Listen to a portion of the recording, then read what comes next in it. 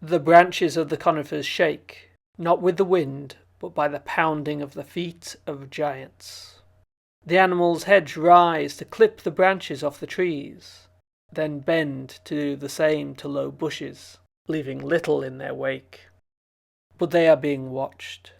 These creatures are protected by their size, but if one shows signs of weakness, that is only so much meat to feed the hunters of this land.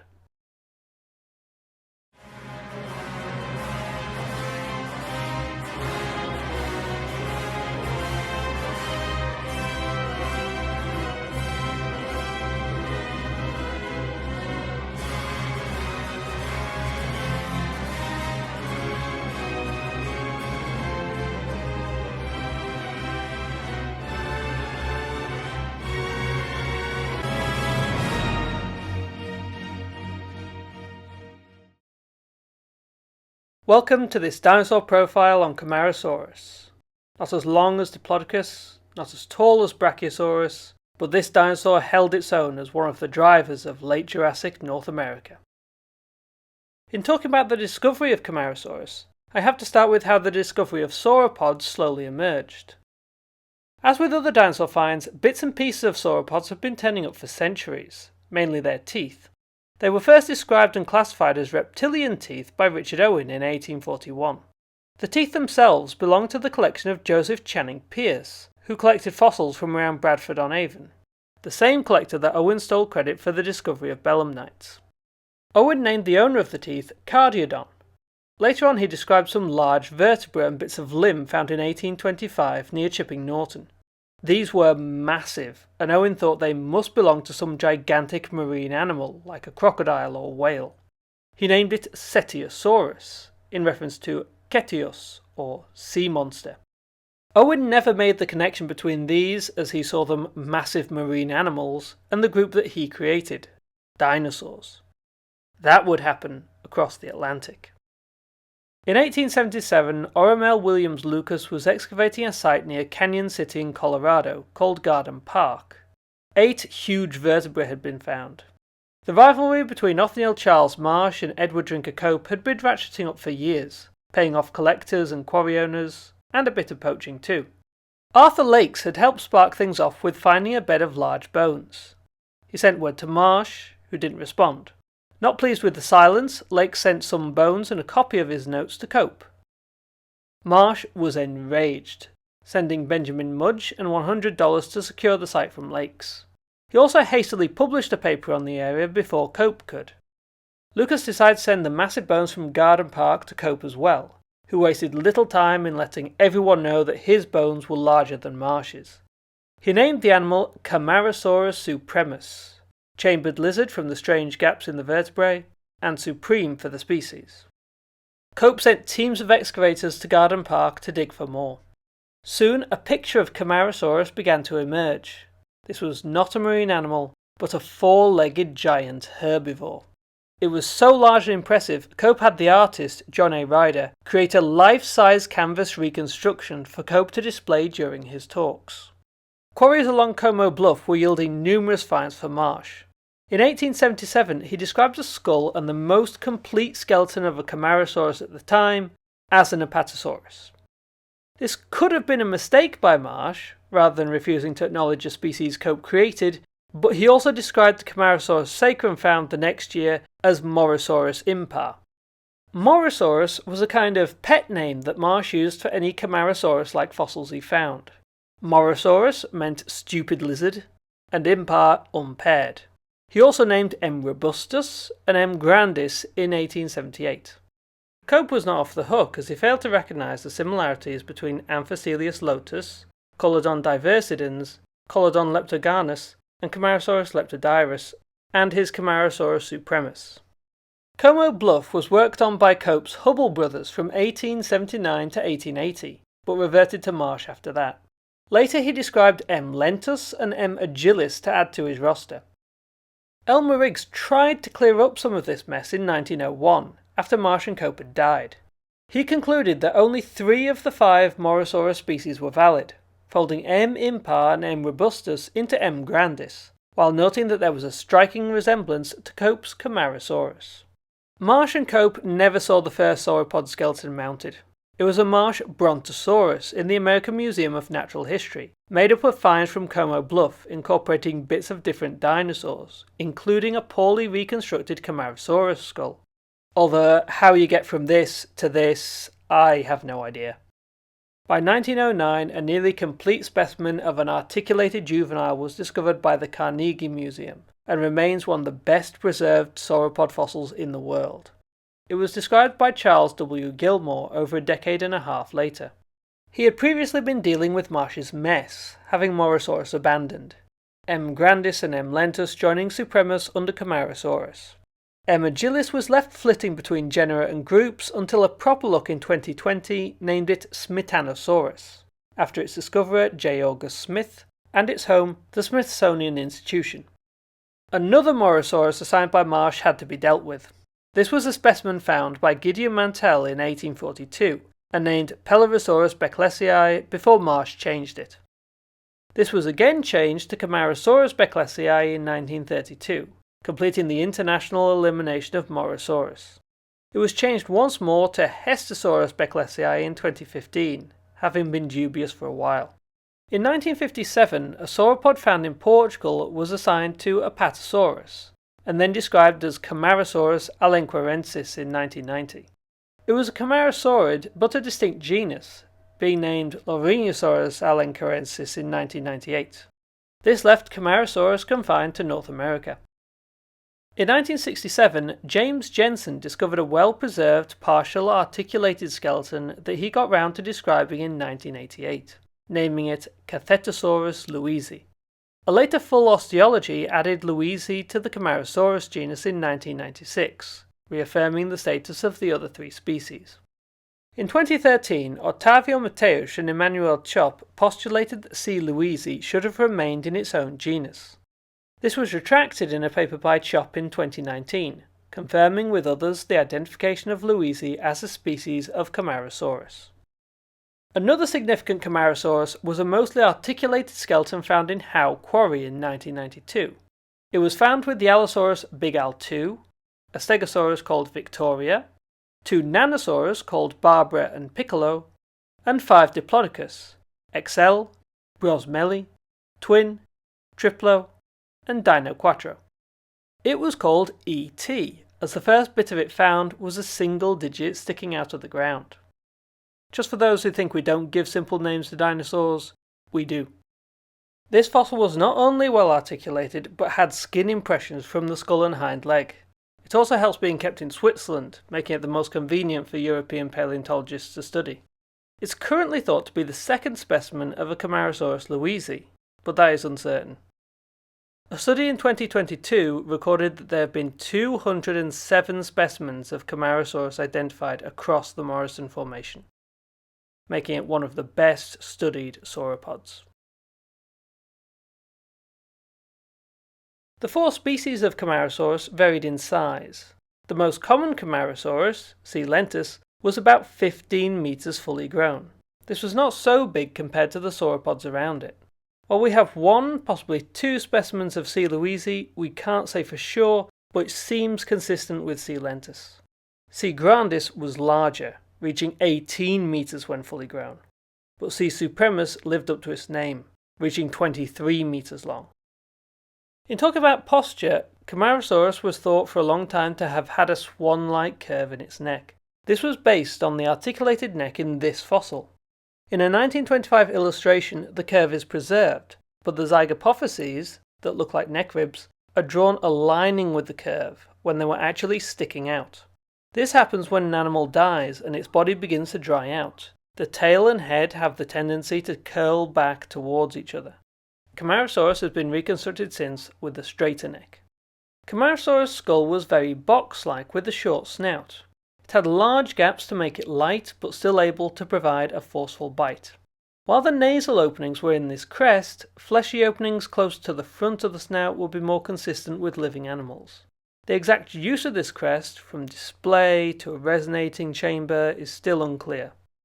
The teeth of Camarasaurus are very distinct and allowed it to thrive amongst the other sauropods.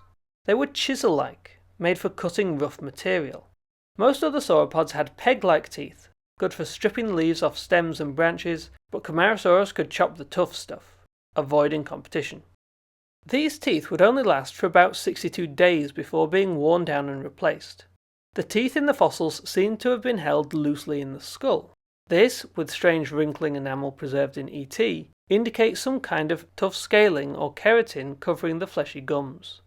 The authors of this hypothesis propose that this may have resulted in a type of beak, able to protect the sensitive roots of the teeth and provide a straight cutting surface as teeth were lost. If this was the case with Camarasaurus, it might have existed in other sauropods too. This vegetation would be sent down into the gut, where the food would ferment. If you'd like to know more about sauropod digestion, breathing and blood flow, I suggest you check out my Brachiosaurus video, which I consider my magnum opus on sauropods. Speaking of Brachiosaurus, this was Camarasaurus' chief competition. They were both choppers of tough vegetation, although Brachiosaurus had a serious height advantage, even when compared to Camarasaurus supremus. They had different teeth arrangements though. Brachiosaurus' teeth met at the crowns, with gaps between. Camarasaurus' teeth interlocked, forming a better cutting surface. In addition to this, Camarasaurus thrived by being more generalist, operating high, medium and low. The reconstruction artist Scott Hartman, who you have to thank for most of the skeletal reconstructions I use, took a close look at Camarasaurus' posture in 2021. Although sauropods have floating scapulae, the amount of articulated specimens allowed him to be more confident with his reconstruction. He then made different reconstructions with a variety of features, including the spacing of the back vertebrae. He found that the greatest difference in posture, whether the neck would be held out or elevated, was the position of the hind legs. If they were straight, the back and neck would be more horizontal. If they were bent, the neck would angle more upward. This explains how Camarasaurus could easily chop low-growing tough vegetation and then clip leafy branches with just a bend of the knee. Speaking of legs, the ET specimen allowed paleontologists to accurately recreate the feet of Camarasaurus, not common for animals that are often found with disarticulated bones.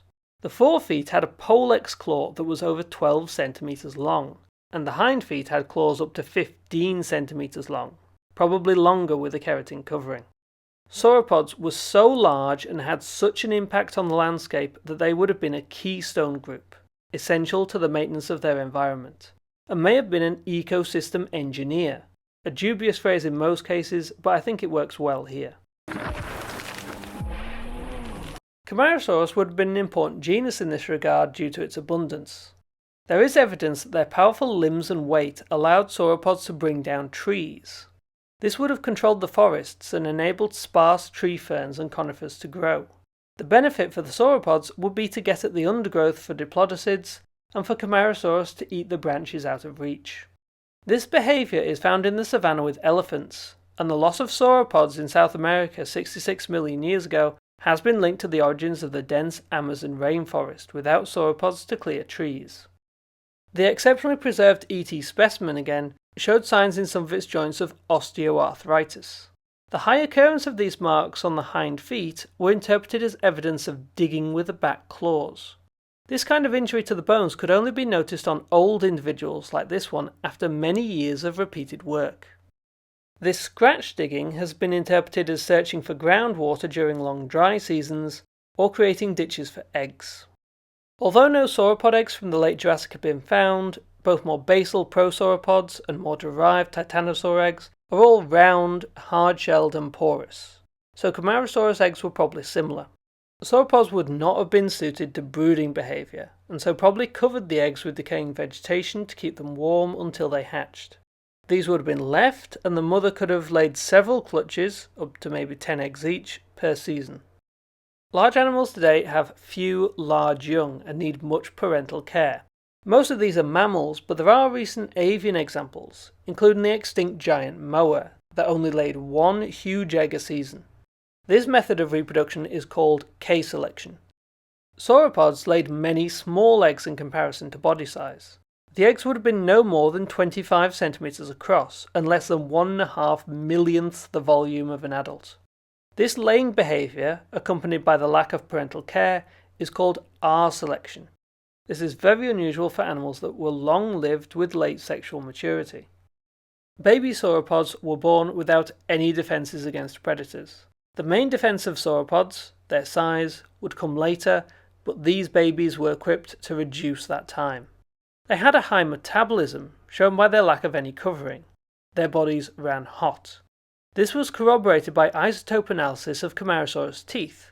They maintained a constant body temperature using a higher metabolism than reptiles, and even higher when they were growing. They also had teeth that were able to deal with a wide range of vegetation.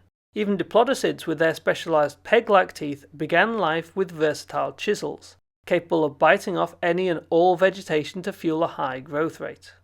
Camarasaurids had the advantage of not specialising too much once they reached adulthood. Using weights and growth curves is tricky. First, there is the weight issue. Weight estimates vary wildly, even when the same method is used. Limb circumference is heavily influenced by interpretation of what ratio you use. So much has been done over the past few decades with body volume calculations.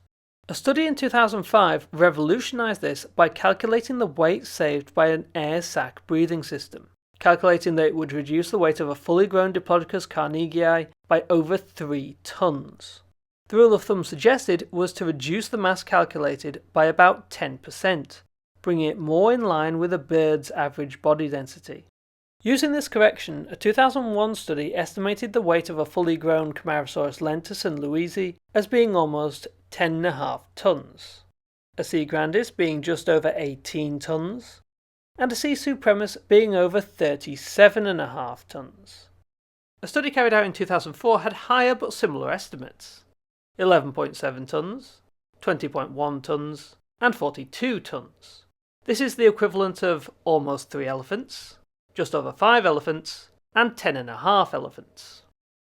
This would change depending on the time of day, as a Camarasaurus could eat over 185 kilograms of food a day, making it heavier at night after foraging. Also, what goes in has to come out. There would be a significant weight reduction after defecation. Also, the time of year would affect it.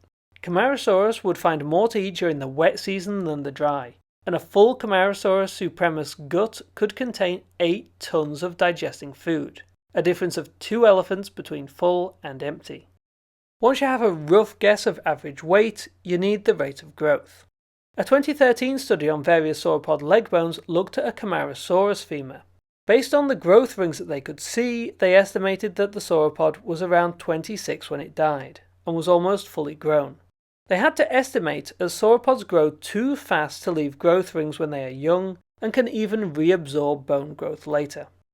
Based on the observable rings and using the modified 2004 calculation for weight, they came up with this growth curve for the unknown species of Camarasaurus. When the hatchlings emerged, they would have been extremely vulnerable. Carnivores like Ornitholestes and Stoxosaurus would typically have fed on mammals, lizards, and small ornithopod dinosaurs, but would have eagerly taken a little sauropod. This is especially so for Sauropod, the most common of these small predators. At about 5 years old, the young Camarasaurus would have been about 128 kilograms. Keeping together and throwing this weight around would probably be able to deter the smaller predators, but not the larger theropods like Tanicolagrius and Martiasaurus. These youngsters would no longer be able to hide as effectively as they used to, but removing the worry of the smaller predators showed that this growth strategy was working. By age 10, these Camarasaurus would have weighed nearly 600 kilograms. This would have been too big for all these smaller theropods, adapted to prey on animals smaller than themselves. They would have still been in danger from the large theropods of the forest, Ceratosaurus and Torvosaurus. Young members of these genera would have been dining on young sauropods, but the adults would have still been able to get a good meal from these juveniles. This would be short-lived though. By 13, a Camarasaurus would equal the weight of a Torvosaurus, and it was just getting started. Between 15 and 20 years old, Camarasaurus went through the quickest growth, being big enough to eat more and put that on as bulk. The 2013 study admit that the age of the animal they used is probably an underestimate, so the maximum growth rate is an overestimate, and I have explained that sauropod weight shifted all over the place, but it calculates the maximum average weight increase being over 4 kilograms per day. A new type of bone began being laid down at about 20. This and the general slowdown in growth indicate that this is when the animal reached sexual maturity. Due to this speedy growth, it would reach 90% of its full size by 24 years old. It's unknown when Camarasaurus would move out of the forests into the fern savanna, but that is where the adults lived, among Nanosaurus, Dryosaurus, Gargoyleosaurus, Camptosaurus, and Stegosaurus. While there are estimates of how many sauropod hatchlings reached adulthood, we just don't know. We can guess at how many eggs a sauropod laid, but without any eggs preserved, they are just guesses. Fossil evidence is required, and Farlow and Holt said it best that most of the young sauropods disappeared down the gullets of various carnivores. Another factor would be starvation. When an animal with a high metabolism doesn't get enough food, it not only fails to grow fast, it dies. There was probably a high mortality among young sauropods. All of this was taking place in the late Jurassic, when the Morrison Formation was deposited. The Morrison Formation, though, covers almost 10 million years, so has been split up. Foster in 2003 proposed 6 zones, helpfully numbered 1 to 6. Ikejuri in 2005 came up with a different system for Camarasaurus. Of the 4 Camarasaurus species, C. grandis is the oldest, only being found in the Kimmeridgian series. C. lentus is mainly found around the Kimmeridgian-Tithonian boundary, with 1 specimen being found in the upper part of the lower Morrison Formation and 1 in the Tithonian. The only confirmed C. louisi is found at the bottom of the upper member of the upper Morrison Formation. C. supremus, meanwhile, is mainly found in the Tithonian, with a few just across the boundary. Ikejuri divided this into the no Camarasaurus zone, pretty self-explanatory, the Camarasaurus grandis zone, the Camarasaurus lentus zone, the transitional zone, and the Camarasaurus supremus zone. This was mainly to help in sorting Camarasaurus sp specimens, the most common type of Camarasaurus. The identifiable finds were mapped and resulted in these distinct areas. The author wants to note that this does not mean that different species lived in geographically distinct areas. This might just be the fact that some ages of rock are more common in different areas. It is difficult to be sure, as the area of the Morrison Formation is so large and inhospitable that it has not been geologically mapped in enough detail to make that determination. This interpretation of time being the factor rather than geography gained more weight 12 years later, when a map was created using more data points. Including 3 possible C. louisi specimens, it produced this polygonal monstrosity. It looks as though it is the age of the rocks that determines where you find Camarasaurus species rather than where they lived. The no Camarasaurus zone, or Zone 1, is unusual for the Morrison Formation as it has no real large sauropods. The only sauropod known from this age is Haplocanthosaurus. From all the specimens found throughout the formation, reconstructions still leave a lot of grey. It was quite small for a sauropod in this area, estimates not putting it more than 15 metres long. We also cannot tell what it ate, as no skull has been found. It is rather enigmatic, although the latest analysis has it as some kind of diplodocid. As of 2022, 9 have been found across all zones of the formation, so the arrival of other sauropod competitors did not wipe it out. What about Brachiosaurus, Camarasaurus competitor? While there have not been any Brachiosaurus finds in the Camarasaurus supremus zone, this may be because only 9 confirmed specimens have been found in total. Barosaurus was a low-browsing diplodocid, a stripper of leaves. Although it had a far longer neck than Camarasaurus, there was no real competition between them. Throughout the formation, 14 have been confirmed. Apatosaurus species are found all over the Camarasaurus-bearing zones of the formation. Their reach was not as great as the others, but they could put loads of food away and digest it very thoroughly. It could stretch to reach high, but would still have only been able to strip off tender leaves, not being able to tackle the conifers that Camarasaurus fed on. 113 specimens have been found, and 8 being assigned to the close genus Brontosaurus. The debate about the difference in species in genus in this matter is still ongoing, and many Apatosaurus specimens need to be reassessed. For simplicity, I'm going to put these together as 121. Another common sight would have been Diplodocus, a long-necked and even longer-tailed leaf stripper. This would have not competed directly with Camarasaurus, being unable to raise its neck too far. 131 Diplodocus finds have been reported from the Morrison Formation, although some of the limb bones may belong to Barosaurus, the legs of both being very similar. There is also the massive Diplodocus halorum, previously Seismosaurus. This was found in Zone 4 within the Camarasaurus grandis zone. The 2004 estimates result in it having not much more mass than C. grandis, but with that huge neck and tail. It may have existed in other zones, but we only have one specimen to go on. Add into that the other unidentified diplodocids to keep things simple, and you have 157. There are also 3 Gallimimus specimens, originally thought to be a type of Diplodocus, and 2 specimens of Supersaurus. Supersaurus was probably the longest animal in the area, and has been found in the same age of rocks as the second longest, Diplodocus halorum.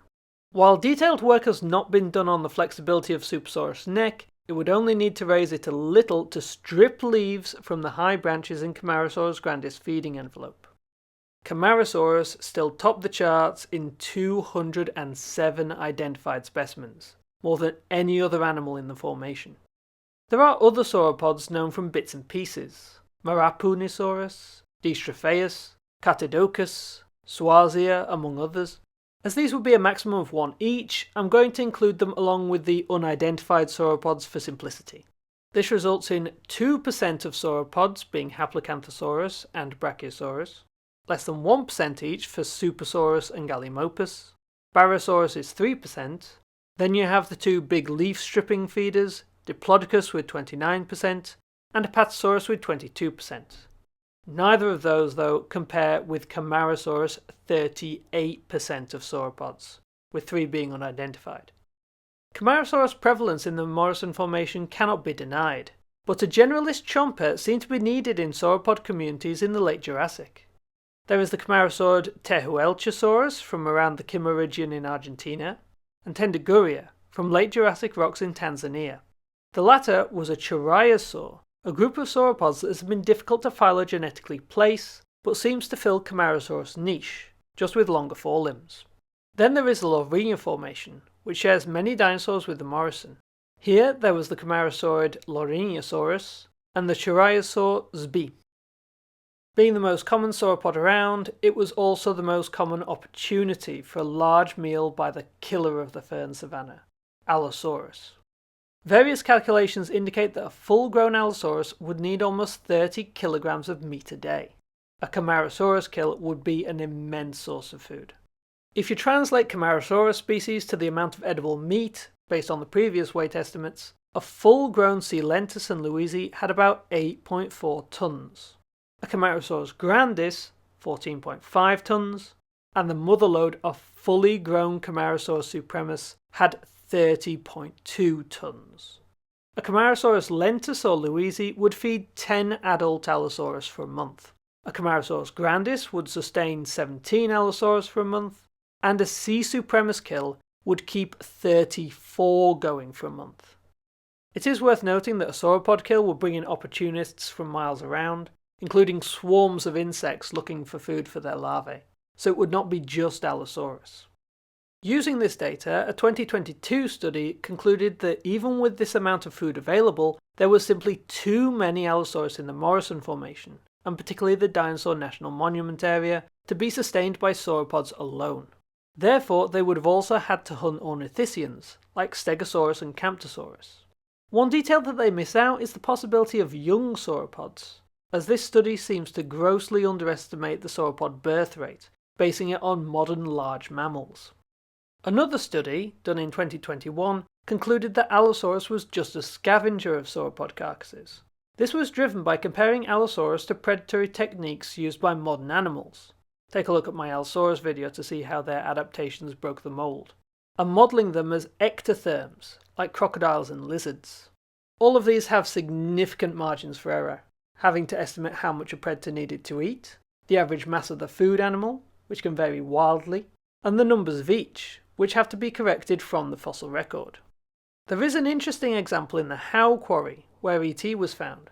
All these animals seem to have died together, with no significant deformation, and the predator-prey ratio is the opposite of a predator-trap situation. While it is far from certain, some have interpreted this as a stampede. The idea is that a group of Allosaurus startled whatever animals they were eyeing, and everything, Nanosaurus, Stegosaurus, Camarasaurus, and Diplodocus, all started panicking. which might have been the Allosaurus' intention. When animals are panicked, they are easier to split up, and the weak and sick are easier to pick out. What we see in the quarry was a collection of those that strayed into an area of rushing water, indicated by the tree trunks, possibly a flooding oxbow lake, becoming stuck and dying. Big Al 2 is a bit of a mystery. His large collection of injuries suggests that it may have been a boisterous Allosaurus, who was too cocky for his own good here. Or it may have been one that was not as fit as the others, and mistook these trapped dinosaurs as an easy meal. While my conclusion is that Allosaurus was a formidable hunter of all sorts, that included sauropods, large Allosaurus would not turn up their noses at another's kill. One animal that would have been able to do this is Saurophaganax, the massive Allosaurid and possible Allosaurus species. Only 2 Saurophaganax specimens have been found, both from the same quarry from Zone 5. This places it in the Camarasaurus grandis and lentis zones. The generally accepted maximum size of Allosaurus is 9.7 meters. One or more adults would have been dangerous for one of these Camarasaurus, but Saurophaganax reached between 10.5 and 14 meters, making it a terror. It makes sense that Camarasaurus, being the most common sauropod, would have been a prey item for hunting Allosaurus. While fossil proximity is a poor indication of predator-prey relationships, it is interesting that 2/3 of Camarasaurus specimens are found with an Allosaurus. Also, of all the animals found with Allosaurus finds, Camarasaurus make up 55%. Although there is little direct evidence, it's almost certain that Camarasaurus travelled in herds to protect themselves. The strong would help guard the young, the sick, and the old. It's likely that the herds of Camarasaurus lentis and louisi at least were large, as there is a negative correlation between the relative size of sauropods and their herd size, with smaller individuals being able to form a larger group without worrying about finding enough food for everyone. The Howe quarry also suggests that having different feeding types not only enabled sauropods to coexist, but to band together for mutual protection, forming a herd of Diplodocus and Camarasaurus. Camarasaurus was a medium to large sauropod generalist in the sauropod heyday of the late Jurassic. It not only became the most abundant sauropod on the continent, but had doppelgangers across the sauropod world. Whether filling open niches, affecting the landscape, or providing food for predators, Camarasaurus was a workhorse of the Morrison Formation, often overlooked, but a real keystone dinosaur. Thanks for watching. This episode took a long time to produce, partly due to the fact there was a lot of information that I had to collect to get some of those Morrison Formation statistics and bring them up to date, but also due to a slew of life changes. I know that all the sauropods I've done videos on so far have been from the Morrison Formation, so the next will be different. Apatosaurus and Brontosaurus will have to wait. Please like and subscribe to help me with the algorithm, and share with other lovers of dinosaurs. Click the bell to be notified of my next video. I will try and get it out in a more timely manner. I would like to thank my patrons, and particularly my genus level patrons, Aracobia, Dracano, and Miss Neb Savage. Species tier patrons will have access to early releases of my videos and your name at the end of the credits, while genus tier patrons will also get access to the history section of my videos as soon as I've put it together, and a shout out at the end of the videos. And all proceeds will go towards getting access to more papers and studies going back into these videos. Link in the description. Next. It was one of the most common animals in its environment, with a silhouette that is still recognisable, but it is best known as the adversary of T-Rex. A dinosaur profile on Triceratops. Hope to see you then.